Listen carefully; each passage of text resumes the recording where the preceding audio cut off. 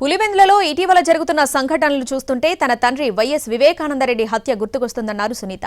నాడు గొడ్డలిపోటుతో తన తండ్రిని చంపేసి గుండెపోటుగా చిత్రీకరించారని ఆరోపించారు.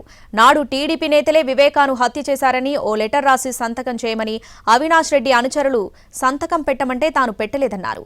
నాడు ఎన్నికల వేళ జరిగినట్లే ఇప్పుడు పులివెందుల జెడ్పీటీసీ ఉప ఎన్నికల్లోనూ తన బంధువు సురేష్పై దాడి జరిగిందని పలు అనుమానాలు వ్యక్తం చేశారు సునీత. ఈ మేరకు కడప ఎస్పీని కలిసి ఫిర్యాదు చేశారు.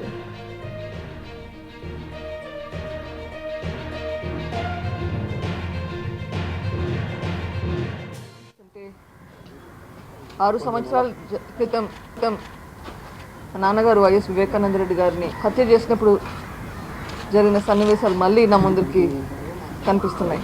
చాలా సిమిలారిటీస్ అప్పటికి ఇప్పటికీ. నా దగ్గరకు ఒక లెటర్ తీసుకొచ్చారు.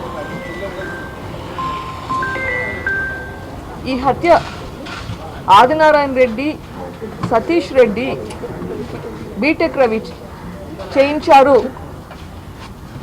అని రాసి తీసుకొచ్చి దాని మీద నా సంతకం పెట్టమన్నారు. దాని మీద నా రోజు నేను సంతకం పెట్టలేదు.